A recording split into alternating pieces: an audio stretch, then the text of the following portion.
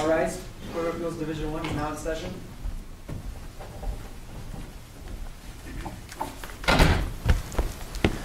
Good morning. Thank you. You may be seated. We're here this morning in our case number 1, CR2 General Motors versus Maricopa County. Each side will have 20 minutes. Appellant will be responsible for reserving whatever time you'd like for rebuttal. These proceedings are being audio and video recorded, so we'd ask you to identify yourself and your client when you begin.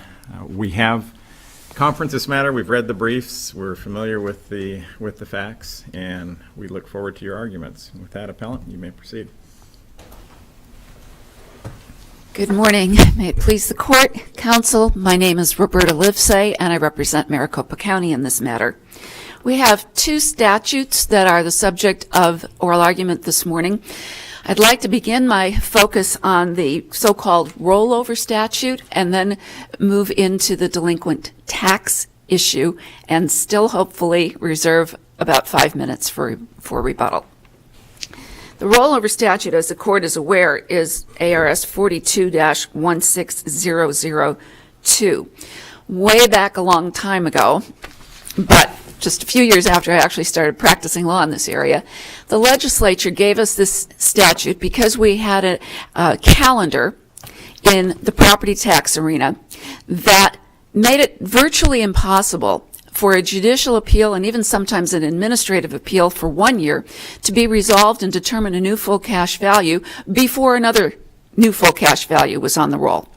So the legislature created a mechanism whereby if a property received a reduction in value in 1 year, that value would roll over to the next year automatically by virtue of law without the assessor having to do anything to determine a new full cash value. Well, the calendar subsequently changed, and now we have a situation where a value, say, for tax year 2010 is actually determined in the fall of 2008, the date of value being January 1 of 2009. This has created a situation in the present case where a number of factors came into play in delaying the litigation from going forward. We had tax years 2005 and 2006 were consolidated for trial. But that trial didn't take place until 2011, and the trial was delayed due in large part to the fact that General Motors declared bankruptcy, and everything in the tax court then is automatically stayed while the bankruptcy matter is being resolved. General Motors indicated that they wanted to proceed in the tax court even before the stay was lifted, and the court agreed that they had jurisdiction in that situation, and so we went forward with that trial. But the value that is the subject of this appeal was actually set prior to the trial taking place for the 2005-2006 tax year, 4 years prior to it. So there was no way for that jury verdict from 2011 to automatically roll over by virtue of the intended purpose of that statute. So then we have a situation here where the property sold just a couple of days before the new date of value that's at issue in this case took place. Now, a literal reading of the rollover statute would seem to indicate that that value should still have rolled. You have to remember the practical implications. It was actually set 4 years earlier and determined through the application of standard appraisal methods and techniques. In other words, the assessors sought to find a full cash value that was equivalent to fair market value, which is what the business realty case tells us should be the goal of all of the tax statutes, even the special valuation statutes. But don't we have to interpret and apply the statute as it's written, and then look, it sounds to me like the argument you're about to give us is one that's more properly addressed to the legislature. Well, I apologize if it sounds that way, Your Honor, because that's not my intent. What we do have to look at the words of the statute. And the way the tax court interpreted the statute makes that phrase, a change in use, redundant, duplicative, and mere surplusage, which we all know Duplicative that of what? Excuse me? Duplicative of which other language? Duplicative of new construction or a structural change. If you look at the tax court's ruling, you'll see the tax court initially said it would look at the owner's use of the property if it had one, and then disregarded the owner's use of the property. But what else could those words mean? A change in use. It can't mean new construction because that's already explicit there. It can't mean a structural change. That's already explicit. So it has to be something different than those two things that the legislature explicitly defined. And we have that here. We have a change in use. If you look at the Krause case and you look at the Warden case that's extensively relied on by this court in Krause, an owner's use of the property as a landlord leasing that property to a tenant is a use of the property. In this case, the owner has taken its bundle of sticks and separated them out, held on to some, but given some to GM and said, you can use it on a temporary basis for your automotive testing facility, but I'm going to hold on to these sticks and I'm going to use it to get my entitlements in place. Then let me introduce a theme that I may ask you about in another context as well. You seem to be focused on the owner, but property taxes are inherently in rem in Arizona, right? That is correct. So isn't the question how the property is being used rather than what an owner's plans for it may be or the transactional structure that gives rise to that use? It has to be both, Your Honor, because we value property for property tax purposes in fee simple. If we only look to the tenant's use, we're only looking at that small bundle of sticks that we have leased to the tenant. We have to look at all of it. And I think the legislature's choice of words is really important because they didn't say a complete change of use or anything else that would exclude a focus on the owner's use. And remember, the tax court didn't even say it couldn't look at the owner's use. It just decided that it wasn't relevant in this case. So if the arrangement changes from a lease to a land installment contract, is that a change of use? It is because, again, you have split up those sticks and kept some of them in one hand and given some of them to the other. So that is a change of use. Where in the statutes or in the case law do we get this owner-focused approach? It really runs through all of the property tax cases if you look at them carefully. The ones we've cited in our briefs, I think, are the ones that are the most important ones that kind of hit the issue dead on. But if you look at some of the exemption cases, for instance, we have an exemption policy in the state of Arizona where in order to be 100% exempt from taxes, the courts will look at both the ownership and the use of the property. And actually that's kind of what Krause did, because Krause looked at the ownership of the property and said it's owned by a private individual. It's used by a government entity, but it's owned by a private individual, and so we are going to levy this tax because the owner is using it for a commercial purpose. And that's in the classification statutes 12001, subparagraph 12. It's a catch-all for all other commercial uses that are not specifically identified. So this runs all the way through. What if there had not been a sale and it's just General Motors has just decided that we think down the road we're going to develop the property and we're going to think about, or we're even going to go through, try to get some zoning changes. Is that a change in use? It's still the proving grounds. At what point does it become a change in use if there's not a new owner that comes in? Well, as long as the current owner would continue to actually use it for the same purpose that it was using it in the past. So why is that different? It seems to me the GM is holding it for investment purposes, and a new purchaser is coming in. The land is still being used exactly the same way, but they're holding it for investment purposes. So if it's not a change of use where GM retains the property, I'm having a hard time seeing why it would be a change of use now, just because there's new owner. Well, when we tried the case, the 2005-2006 case, we actually made that argument, Your Honor, because GM did seem to be moving in that direction. And the General Motors countered that argument by saying you can't use the sale of the subject property for a determination of full cash value as long as it is held by General Motors, because that sale is for a different purpose. And the sale had already taken place. We knew all the details of it. Easy enough to backtrack that sale in time to extract a full cash value out of it. And this court's decision in First Interstate Bank says you can do that. You can use a future sale. So we actually made that argument in motions for summary judgment, cross motions for summary judgment. The tax court denied both of them. Let us argue the sale to the jury. Let General Motors argue that the sale is irrelevant because it was for a different purpose. And that's where the jury then reduced the full cash value so drastically for 2005, 2006. I think the objective criteria here is what GM and DMV want you to focus on, and the county doesn't have any disagreement with that. But we believe the objective criteria that you must focus on is that sale and leaseback.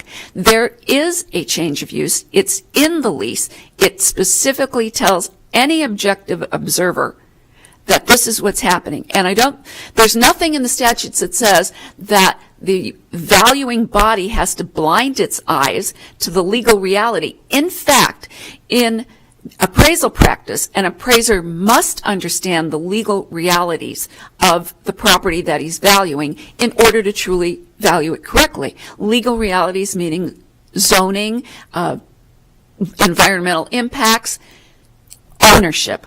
Ownership is key here to this analysis.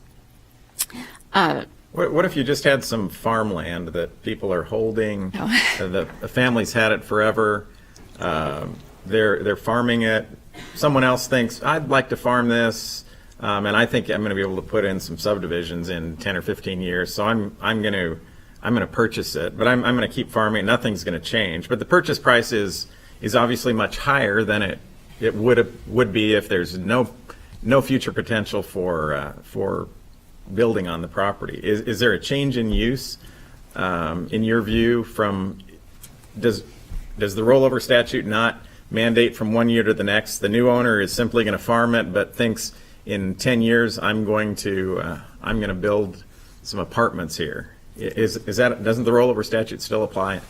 I have to kind of take that question apart a little bit, Your Honor. It's actually an excellent question that illustrates why the rollover statute does not apply in this case. In the case of agriculture, we have a specific statutory mandate to value it in a certain way and to ignore the fact that there might be a future intended use for the property.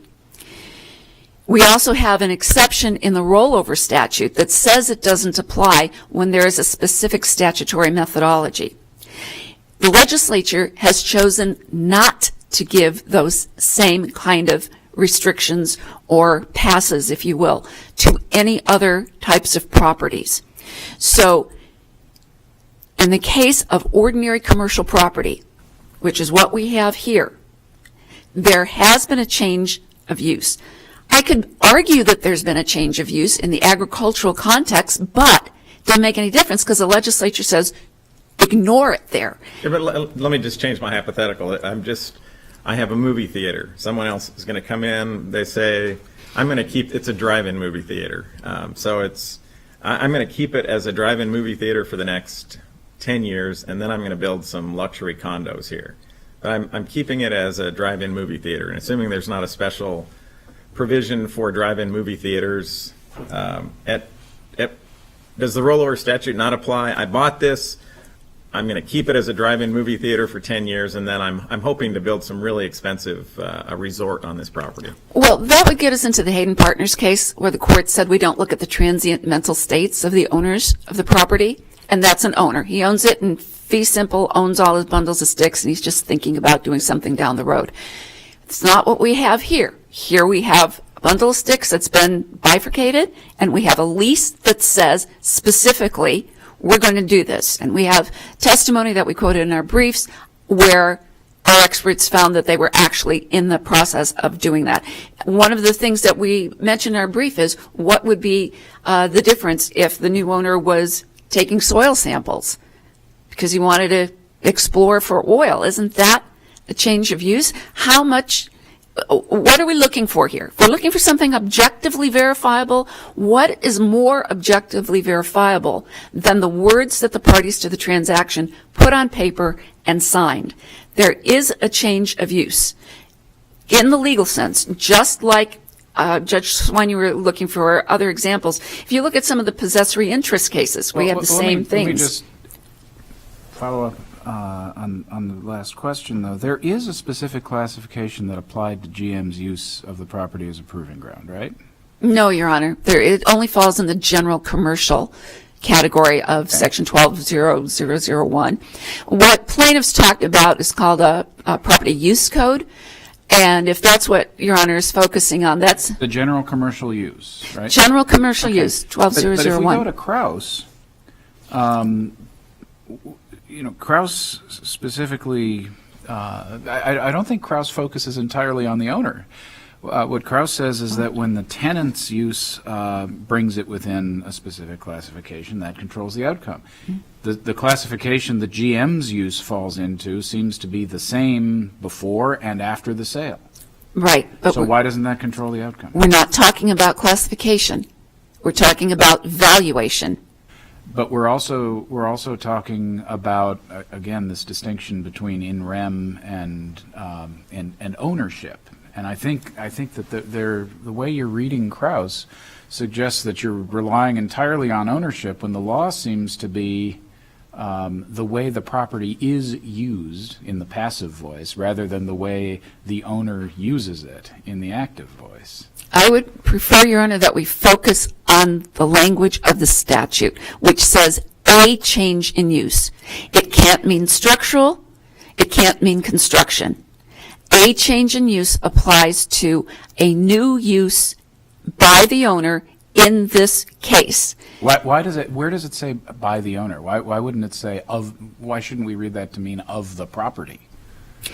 It's very difficult to think of a hypothetical that doesn't involve a structural change or construction that is separate and apart from a change in use. GM continues to own the property. There's no new owner. But instead of using it as an automotive proving ground, it uses it as a mine, or it uses it as a place for parachuters to land. I mean, that's a change in use that doesn't involve construction or... Oh, no, Your Honor, there would be definite new construction and structural changes. The mine's a bad example. But if it uses it as a landing pad for paragliders, no construction required. Well, I have a hard time arguing that, Your Honor, because I don't know what's required for paragliders. I can tell you that one of the things that indicated that there was a change in use was the fact that GM was allowing all the improvements to fall into disrepair. And so if it was going to be used by some other, for some other activity, I would absolutely say that there would have to be a structural change or a new construction to accommodate any other kind of activity other than what they were engaged in. So you can't envision any change of use in any property without a structural change or new construction? Not only can I not, but GM and DMB apparently cannot either because they didn't argue that in their briefs. So I have nothing to rebut them there. And believe me, we've tried. My client's only goal in this is to get an application of this statute that is uniform and fair, that applies equally to all taxpayers and doesn't favor one taxpayer over another. But wouldn't it be equal and fair if we just draw a line and say once there's an actual change of use? It seems like you could have a lot of speculative proposals for a piece of property. And why not wait until that proposal actually comes to fruition and the change of use actually occurs on the property, and then we know exactly what the change is, and that would apply equally to everyone who owns property? Your Honor, I see I've only got less than 2 minutes left, and I will answer that very quickly. You'd have to look, please, at the legislative history. You can see what the committees did with the language. They specifically added a structural change. They intended something different in each of those categories. I want to talk about the delinquent tax statute, but I guess I'll have to save that. Can I ask you one question about that? Yes. Okay. Of course. 42-11004 applies to a person upon whom a tax has been imposed or levied. Yes. Are property taxes imposed or levied on a person? Look at the tax court's minute entry, Your Honor, and the tax court actually goes into this and recognizes the fact that it's an in-rem proceeding, but the consequences of the tax fall on the owner of the property. They may fall on the tenant, depending on how the taxes are allocated. But that's a private agreement between landlord and tenant. If the property is liened, if it reverts to the state, it's the owner's loss. When you levy a tax on a person, that person becomes personally liable for them. If nobody's liable personally for property taxes, how can 11004 apply here?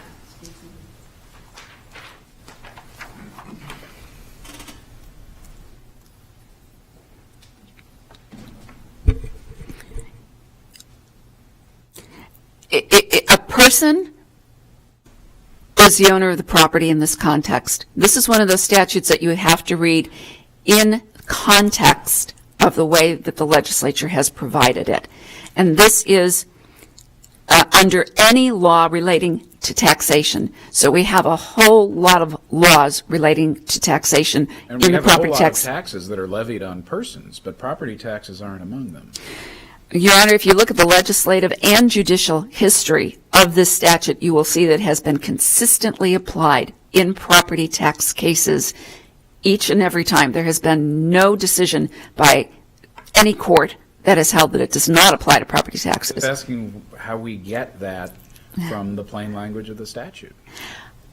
You have to look at the legislative intent, and I'm always leery of invitations to be creative when reading statutes. well, Your Honor, I would submit you would be being creative if you held that the statute does not apply in property tax cases. No one's here advocated that, and it would overturn decades of jurisprudence in this area. Okay. Thank you.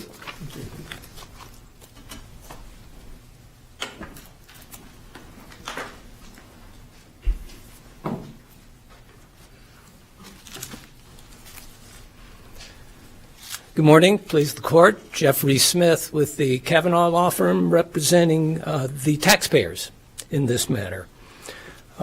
We didn't hear much about the subject matter jurisdiction issue, but I'd like to address that at first, in particular because there was a new argument first raised by the county in their supplemental reply brief, and that seems to be that somehow or another this isn't a tax appeal valuation case. Since it's a brand new argument, that of course shouldn't even be considered, but out of an abundance of caution, let me just address it in any event, because throughout the course of this litigation and the prior case, which we tried for 2 weeks before a jury, and it was the 2006-2007 tax years, not the 2005-2006 tax years, which is why we're requesting the rollover from the 2000 tax year jury verdict to this 2008 tax year case. But in any event, that was tried on essentially the same pleadings, other than, of course, the tax year. But here the pleadings do not have the Arizona Department of Revenue as a party, as is required under Chapter 11. We challenge the full cash value, claim it's too high, and request full cash value reduction. So throughout this case, it's been nothing but a case under Chapter 16. In fact, the county in their answer sought to increase the full cash value in this case pursuant to Chapter 16, and in particular ARS Section 42-16213. There are some other practical reasons. Judge Swan, you raised a very interesting point that I hadn't thought about, and that is initially it was recognized that the property taxes are in rem as opposed to against a person. So that is an interesting point as to whether or not it even ought to apply at all. Well, and that's still true, but is it true that a strict application of that distinction undoes decades of case law? I'm not sure if it undoes it. Just because an issue hasn't been raised before doesn't mean that at some point it needs to be, or ought to be, or should be, given the actual true reading of the statute. But aside from that, let me just say that in Chapter 16 cases, and in particular in a case like this, it's really impossible to address the property taxes themselves for a number of legal and practical reasons. First, by statute, 42-16212 Cap B, that allows parties to present evidence on any matters relating to the full cash value of the property, not as to the taxes. And then the full cash value under 42-16215C is to be entered on the tax roll, because pursuant to 42-16213A, the court is to find the property's full cash value if it finds it's excessive or if it's insufficient. So ultimately what happens is, let's assume a favorable judgment with a reduced full cash value. What you get is a judgment as to that full cash value.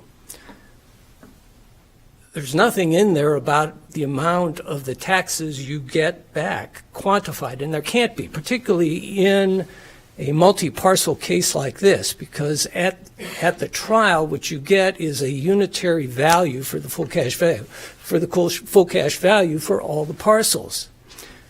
Somehow the assessor and the treasurer are magically able to allocate those values, that full cash value, among the various parcels for both the full cash and the limited value, and ultimately, as the taxpayer, you eventually, and this is all done extrajudicially after the judgment. Taxpayer plays no part in this. And what eventually you get is an email from the county treasurer that says, your refund check's ready, come down and sign a satisfaction of judgment and pick up your check. So you don't, as a practical matter, you can't get into that. And there's another reason why. It's not like baseball arbitration where you got to pick a number that's presented, either high or low.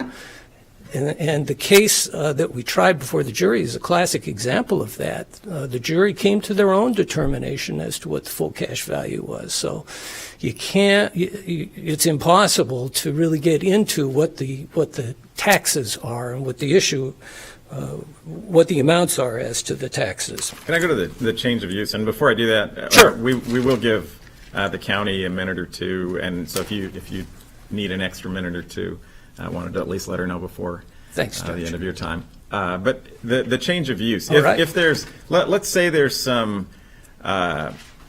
you've actually gone through, or the new owner has gone through and obtained all kinds of zoning changes for at least part of the property. Is there some point at which you believe there is a change in use, assuming you've gone through and obtained zoning approvals to develop a new resort?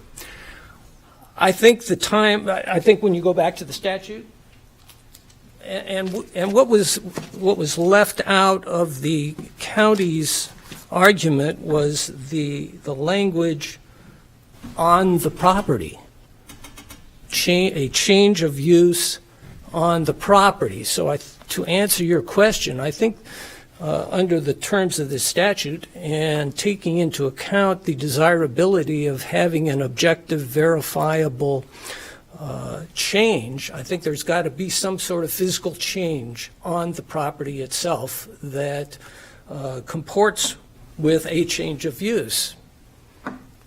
How is that not duplicative then of the other phrases in subsection 1, the new construction or a structural change? You can have a change of use without a structural change or new construction. Example, let's say someone has a warehouse or a number of warehouses. Without doing any structural changes or improvements, a new owner or that owner can change the use, bring in personal property such as bookshelves, other movable items, and turn it into a retail operation instead of a warehouse. You think the county would say that's not a new construction? The minute you bolt those shelves into the wall, Oh, I'm not talking about bolting them. I'm talking about, and we've seen, and I've seen some. insurance coverage. I mean, it just seems that if the county wants to get really picky about what constitutes new construction, it's rather difficult to imagine in most cases a change of use that doesn't involve at least some modification of the property. But I don't think you have to have necessarily new Got construction. an art gallery and you want to go from sculpture to paintings, you're going to have to do some construction, right? Maybe, maybe not.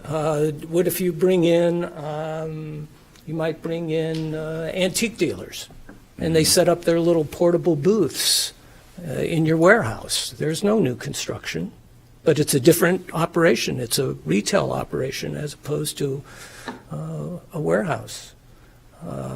The argument here that I heard was, from Ms. Livesay, was the change of use here, as she characterized it, is the sale and leaseback, which allows GM to retain access to use part of the property, but the new owner has retained control over the rest of the property, and that's the change. Now, how do you respond to that?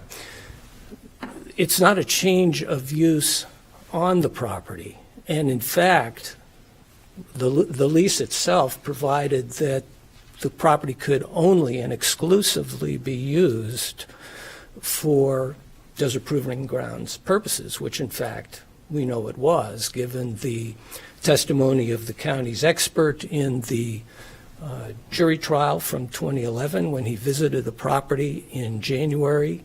I think it was January 25th, 2008. I was there with him. I rode around all of those tracks with him, along with a lawyer from Ms. Livesay's office and another appraiser.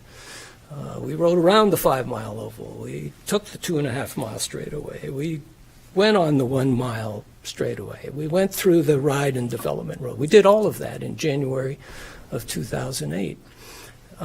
So that was the exclusive, objectively, that was the use and the only use and the exclusive use of that property. Now, the owner may do some planning, and there's no real evidence of this. What Ms. Livesay was talking about was what they tried to put in on a motion for reconsideration, which we couldn't respond to and weren't given the opportunity to because the judge Judge Fink denied the motion for reconsideration. But what she was talking about came in on an attachment of an appraiser on the motion for reconsideration.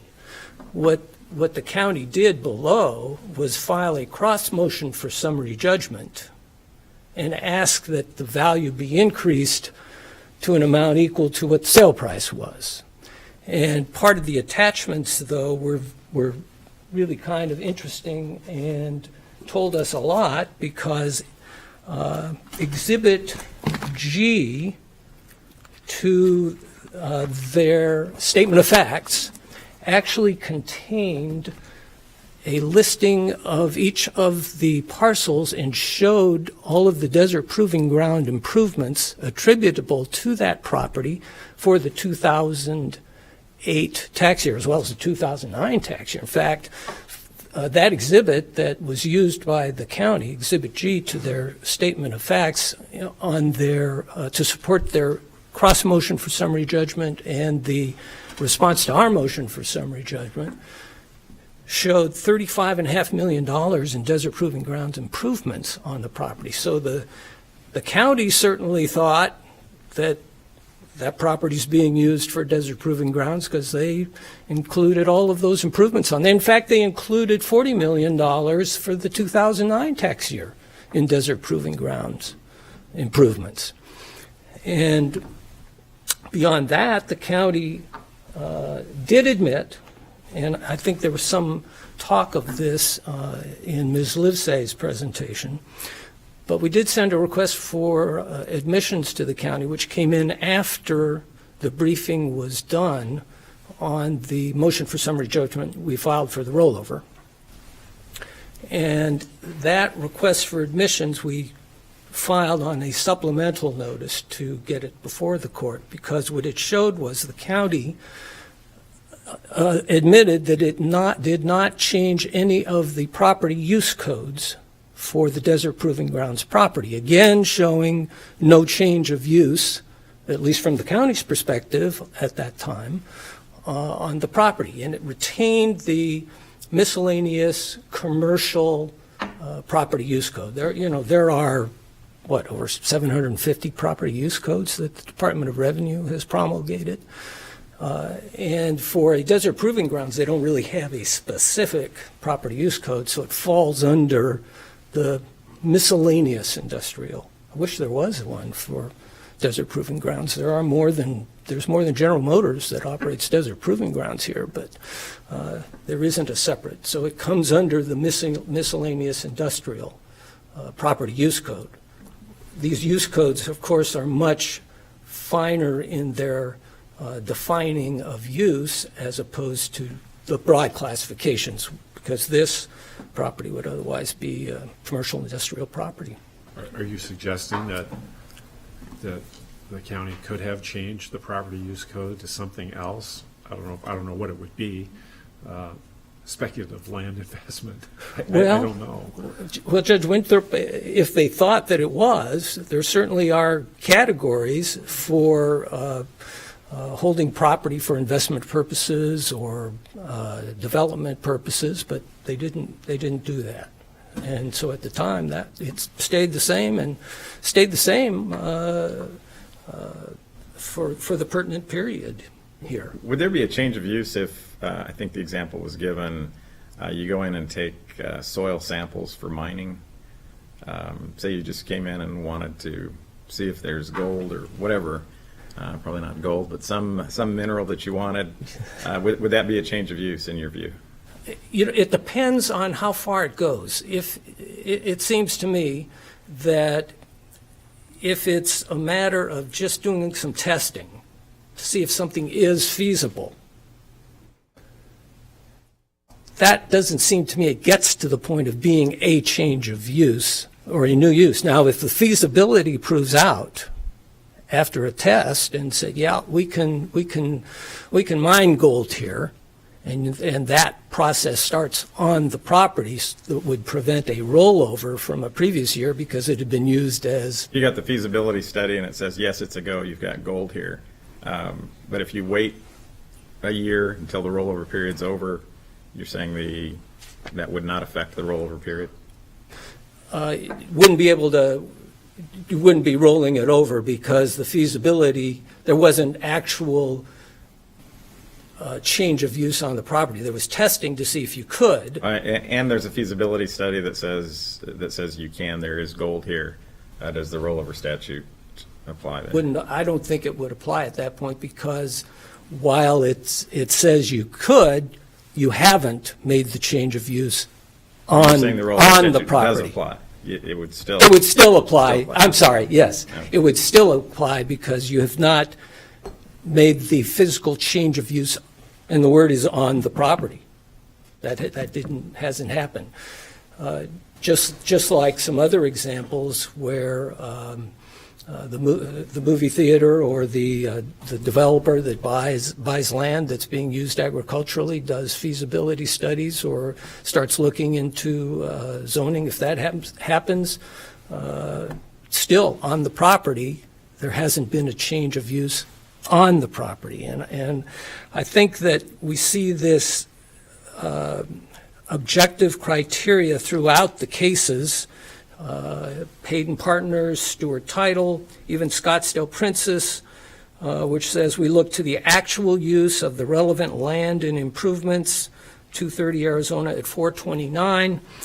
Having objective, verifiable criteria creates the certainty, I think, that both government and taxpayers, at least taxpayers, would like to have as to what's do we have some degree of objective criterion that there's been a sale where the land is obviously valued more than it's worth as a proving grounds, does that factor into the analysis at all?